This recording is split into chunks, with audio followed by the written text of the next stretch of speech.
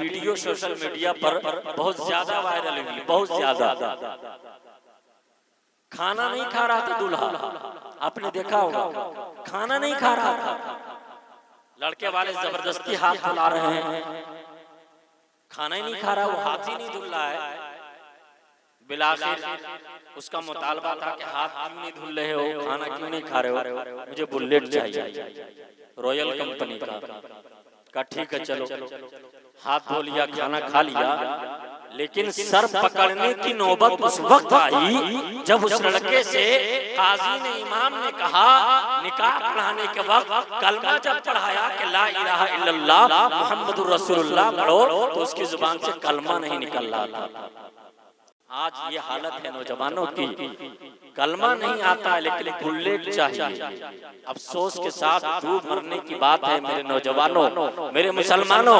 आप बुलेट का मुतालबा करोगे, आप माल का मुतालबा करोगे, अल्लाह माल दे देगा। आप गाड़ी का मुतालबा करोगे, अल्लाह गाड़ी दिलवा देगा।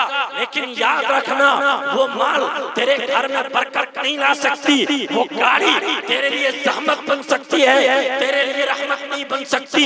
याद रखिए, वो माल और दौलत तेरे घर के अंदर से चैन और सुकून को खत्म कर देगी। अगर घर के अंदर चैन और सुकून को लाना है तो शादी सुन्नत के मुताबिक करनी पड़ेगी। अज़्म करो नौजवानों, अज़्म करो मेरे मुसलमानों। आज का हमारा मुसलमान नौजवान कहाँ चला गया? अफसोस के साथ डूब मरने की बात है। जहेज का मुतालबा करने वाले नौजवानों, मोहम्मद बिन कासिम की तारीख पढ़ो। सिर्फ 17 साल की उम्र में उन्होंने सिंध को फतह कर लिया था। 17 साल की उम्र क्या होती है भाई? अभी तो 17 साल की उम्र में हमारे घरों के लड़के पबजी खेलना सीखते हैं कि कैसे पबजी खेला जाता है। जिस उम्र में हमारे घरों के लड़के पबजी खेल रहे हैं, उस उम्र में मोहम्मद इब्ने कासिम ने सिंध को फतह कर लिया था। जरा सोचो, क्या सोच थी, क्या तरबियत थी, और क्या तलब थी, क्या शौक था, और क्या उनके वालिदैन ने उनकी तरबियत की थी। आज हमारी तरबियत वैसी नहीं रही, आज हमारा वो अंदाज नहीं रहा। जरा तसव्वुर कीजिए, सहाबा किराम की तारीख को पढ़िए। जंग हो रही है, जंग हो रही है, ऐलान हो रहा है, जंग के अंदर कौन कौन जाएंगे? तो नौजवान तो खड़े हो गए, बड़े लोग भी खड़े हो गए, जो छोटे छोटे बच्चे हैं वो भी लाइन में खड़े हो गए। तो अल्लाह के नबी ने छोटे बच्चों को निकाल दिया।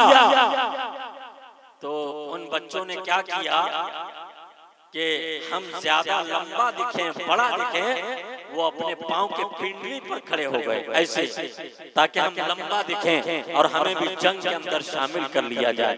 क्या जज्बा था उन नौजवानों का। आज के नौजवान मालो दौलत के चक्कर में पड़े हुए हैं, हुस्न जमाल के चक्कर में पड़े हुए हैं, जहेज के मुतालबे के चक्कर में पड़े हुए हैं। अरे अल्लाह के वास्ते इन चीजों को खत्म करो। खुदा की कसम, अल्लाह दुनिया में वो इज्जत अता करेगा जो इज्जत अल्लाह ने मोहम्मद इब्ने कासिम को अता की, जो इज्जत अल्लाह ने सुल्तान सलाहुद्दीन अय्यूबी को अता की। मेरे नौजवानों, मेरे मुसलमानों, वक्त नहीं है कि मैं पूरी तफसील के साथ आपके सामने पूरी बात रखूं। घर वालों की तरफ से हुक्म हो रहा है कि अब प्रोग्राम को खत्म किया जाए, लेकिन जाते जाते एक पैगाम देकर मैं अपनी बात को खत्म करूंगा। आप देख रहे हैं हमारी इस्लाह मुआशरा के हवाले से एक बात देखिए, हमारे बहुत ही खास जनाब आलम साहब और रियाज साहब और बहुत सारे लोग बैठे हैं। आलम साहब माशाअल्लाह कई मर्तबा उम्रा करके तशरीफ लाए हैं। अल्लाह ताला से दुआ फरमाएं, अल्लाह हम तमाम को भी उम्रे की तौफीक नसीब फरमाए। जनाब इश्तियाक भाई और हदीस साहब ने इस प्रोग्राम को मुनक़िद किया। इस्लाह मुआशरा के हवाले से एक बात कहकर मैं अपनी बात को खत्म कर दूंगा। मुझे उम्मीद है कि इंशाअल्लाह हम लोग इस पर अमल करने की कोशिश करेंगे ना इंशाअल्लाह। कितने लोग हैं जो 5 वक्त नमाजों का एहतमाम करते हैं, यहाँ पर बैठे हैं। मैं नहीं कहता कि आप अपने हाथ को उठाइए, बल्कि एक पैगाम देकर मैं रुखसत होना चाहता हूँ और इस नीयत के साथ इंशाअल्लाह हम उस पर अमल करेंगे। ख्वाजा कुतुबुद्दीन बख्तियार काकी रहमतुल्लाह अलैह के जब इंतकाल हुआ तो उनके जनाजे को लाया गया। उनके जनाजे में लाखों लोगों ने शिरकत की थी, लाखों लोगों ने। उस वक्त ट्रेन नहीं थी, उस वक्त हवाई जहाज का जमाना नहीं था, उस वक्त गाड़ियां नहीं थी। लोग पैदल आए और बैलगाड़ी पर सवार होकर आए और जनाजे में शरीक हुए। जनाजे के अंदर उन्होंने एक वसीयत कर दी थी कि मेरे जनाजे की नमाज वो पढ़ाए जिसके अंदर 3 शर्तें पाई जाती हो। कितनी शर्तें? 3 शर्तें। पहली शर्त, मेरे जनाजे की नमाज वो पढ़ाए जिसकी कभी जमात के साथ नमाज फौत नहीं हुई हो और कभी तकबीर ऊला फौत नहीं हुई हो। दूसरी शर्त, मेरे जनाजे की नमाज वो पढ़ाए जिसकी कभी गैर महरम औरत पर नजर न पड़ी हो। और तीसरी शर्त क्या थी? 2 शर्त ये हुई। तीसरी शर्त कि मेरे जनाजे की नमाज वो पढ़ाए जिसकी कभी तहज्जुद की नमाज फौत नहीं हुई हो। ये 3 चीजें थी। अब कोई भी मजमे से आने के लिए जनाजा पढ़ाने के लिए तैयार नहीं। बड़े बड़े लोग मौजूद थे, बड़े बड़े अल्लाह के वली थे, बड़े बड़े उलमा थे, मुहद्दिसीन थे, मुफस्सिरीन थे, लेकिन उन लोगों को मालूम था कि कभी न कभी हमारी नमाज फौत हुई है, कभी न कभी राह चलते किसी लड़की पर हमारी नजर पड़ी है, कभी न कभी हमारी तहज्जुद फौत हुई है। कोई आगे नहीं बढ़ा। बहुत देर हो गई, असर का वक्त हो गया, दिन भर जनाजा पड़ा है, कोई इस शर्त पर उतरने के लिए तैयार नहीं। आखिर में एक शख्स आगे बढ़ता है और ख्वाजा कुतुबुद्दीन बख्तियार काकी के चेहरे से, पेशानी से उस जनाजे के कफन को हटाता है, पर्दे को हटाता है और उससे कहता है, ख्वाजा कुतुबुद्दीन, तूने जाते जाते मेरे राज को फाश कर दिया। मैं जानता हूँ कि तूने इस वसीयत के अंदर मेरे नाम को नहीं लिखा है, लेकिन बज़ाहिर तूने मेरे नाम का ऐलान कर दिया। आज तक ये राज मेरे अलावा और अल्लाह के अलावा कोई नहीं जानता था और आज ये मेरा राज फाश हो गया। आज अगर मैं तेरे जनाजे की नमाज नहीं पढ़ाता हूँ तो कोई जनाजे की नमाज यहाँ पढ़ाने वाला नहीं है।